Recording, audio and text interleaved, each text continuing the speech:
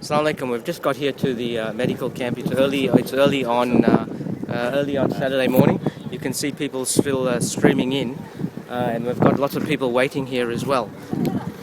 We're just about to set up actually, so all these people have actually beat us here, and they're waiting eagerly. Alhamdulillah, they were pre-screened over the last few days, and the ones who are able to be operated on are the ones who are actually here. There were a lot of other people seen over the last few days, and I think yesterday there was actually 6 operations yesterday as well. We are right now in Habaswein District Hospital, where we are particularly doing the eye project. We've arrived this morning. People have just started to arrive. We're starting to organize the preparations of the eye, and we want to continue this for the next couple of days. It's been started yesterday, so that's the main thing that we're doing this morning. We're using the maternity unit as the theater, so it's a makeshift theater where we're trying to do the surgery. But 200 have been screened and treated so far. These are the people who are going to be receiving the operations, and these are the people who are going to be examined. They're going to be screened. Our focus is not necessarily going to be only the surgery itself, but it's about the treatments, it's about the screening, it's about advice, it's about providing the rest of the services that is required for people with eye problems. As you can see, this place particularly desert, desolate, isolated, and quite redundant, if I can say region, does not have a theater of its own. So what we are going to do eventually is to do a bit of a fundraising, particularly for getting a theater. We're just doing in a makeshift rooms, an old hospital, a maternity hospital where women were being delivered before. So we're using that. So that is the second opening up that's just been done right now. So that's the second man who has actually benefited from this surgery. And these are the people who operated on last night? Yeah, these are the people who operated on last night. So clear? This is wonderful. Another successful story. Very good results.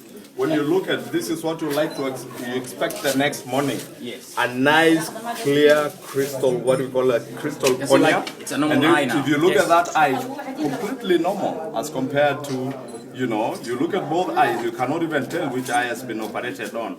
When, as a doctor, when you are looking at the eyes the next morning, this is what you want to see, and you go home smiling. Yeah. So the next thing is we do his visual acuity and is able to see. Oh, you can see too now. Yeah, straight away. Just go straight in because everything is clear. Good. Yeah.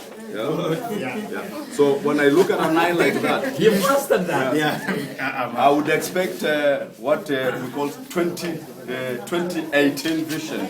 Yeah, straight eye. So that's the 2018 vision. That's right wonderful. away, fast day Good for to hear. comparatively. And it gives us a smile also. And we appreciate the people who are supporting us. We are so happy for you people, the donors, because this would not have been possible in the middle of the bush if your input was not in. And as you look at the setup, we've converted an hospital ward into a theater to be able to do the kind of thing we are doing. So our prayer in future is maybe for this project to have a big eye theater. Yeah, so that's what we are looking at. But yes, so far, we still appreciate, if these people are able to go home and they go home happy people, we appreciate and thank everybody for that. Good, thank you. This gentleman had actually a phone break. Sorry, what was that, doctor? He had a phone break. So his cataract is not a straightforward cataract. He had head trauma, and then he didn't know he didn't know what to do with this with his cataract. So he's been sitting around for the last 8 months with a cataract. Wow. That is, is not naturally developed, but then he got trauma into that eye. So we are very happy that we were able to do his operation, and I know for sure he's So I'm just going to look at the eye and see whether we've made any change at all. If you come closer, you can just see a white opacity. If you see that, that's where the thorn went through. Wow. But you can just see that. Wow. But we're very, very happy. I can see that I clearly. think you can see it's nice and clear. The lens is sitting beautifully in. The eye looks white, and the pupil is round. When he came in yesterday, the pupil was irregular. It was not a nice and round pupil. So a thorn went in his eye. Yeah, so a thorn went right in his eye, and we're very happy about that. Just Funga here, funga. Okay. Yesterday, we did what we call an evisceration. She came in with a very painful a very painful eye, which happened from trauma also. Unfortunately, because of the setup here, and they didn't have, that kind of facility that would have assisted.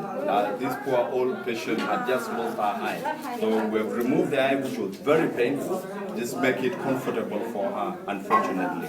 But if we had a theater, if we had an eye structure in this particular location, that she would have been assisted at the time of this injury. So we require a theater where we can do eye surgeries that are quite complex. We require a theater where further complicated cases can be seen and managed. Like this lady was a huge eye operation. The eye was removed here. And this is just a makeshift, as you can see. It's just on the floor she's sleeping. So you can imagine of this, that we really need to have a facility that can be able to manage that. Yeah, I can see it's just, I wouldn't even really call it a facility, just a room. It's an empty room. It's just a room. This is the microscope we got from Australia. It is the first of its kind in East Africa. I mean, the doctor was just telling me that this is the best in East Africa because it's the best model in East Africa, the only model that we have. And the beauty of this microscope you're able to get from Australia is that it's a beautiful portable microscope. The other thing now, they've also improved a lot. They've put in LED bulbs that really don't give us a problem at all. They don't blow the bulbs, which is really good.